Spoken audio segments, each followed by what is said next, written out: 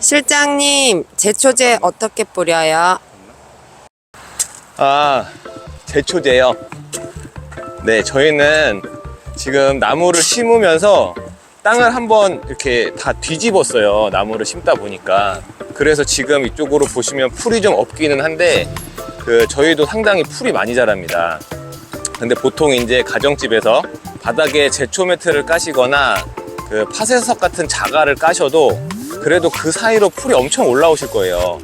그거를 매일 아침마다 뽑아도 이게 한 3, 4월부터 풀이 올라오기 시작해서 뭐 뽑는 게 감당할 수 없을 정도로 풀이 많이 올라오게 돼요. 그래서 오늘은 제초제를 어떻게 뿌리면 될지 그거에 대해서 간단히 설명을 해드리도록 하겠습니다.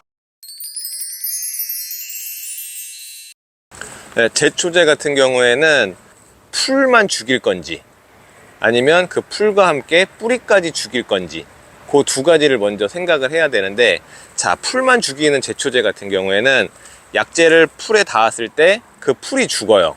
풀이 죽지만 뿌리는 죽지 않아요. 이게 그 약재가 토양에 닿으면 비활성화돼서 아무런 반응을 하지 않습니다. 그래서 겉에 있는 풀만 죽이기 때문에 바로 풀은 죽일 수 있지만 오래 가지 않아요, 효과가. 왜냐하면 뿌리는 살아있기 때문에 다시 납니다. 그런데 왜 이런 걸 뿌리느냐? 예를 들어 번면에 풀은, 그러니까 번면이면 비탈진 면이죠. 비탈진 면에 풀은 죽이고 싶지만 거기에 뿌리까지 죽어버리면 비가 오거나 이게 무너져 내릴 수가 있어요. 그래서 뿌리는 살려둔 채로 풀만 죽이고 싶다.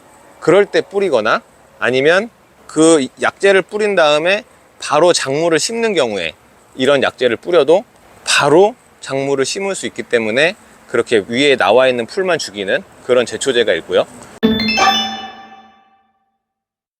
그 다음에 이 약재 같은 경우에는 뿌렸을 때 풀을 타고서 내부로 얘가 뿌리까지 내려갑니다.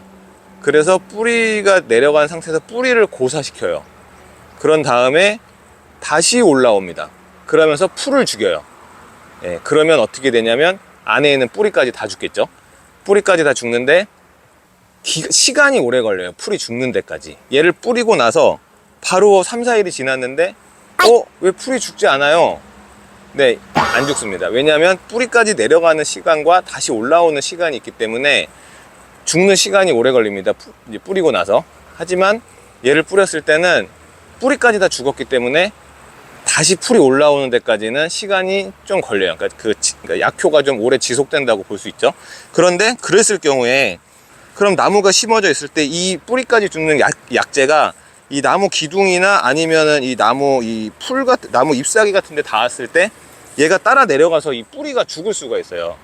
그래서 지금 이 뿌리까지 죽는 약재 같은 경우에는 신중하게 잘 나무에 닿지 않도록 잘 뿌려줘야 되고, 그 다음에 아까 말씀드린 풀만 죽는 약 같은 경우에는 어차피 그 다음 면만 죽기 때문에 그냥 뿌려주시면 됩니다. 그리고 그런 두 가지 약재 외에 이제 뿌릴 때 이거 같이 섞어서 뿌려요. 섞어서 뿌리는 이유는 요 약재 같은 경우에는 이제 풀을 안 나게 하는 약재예요.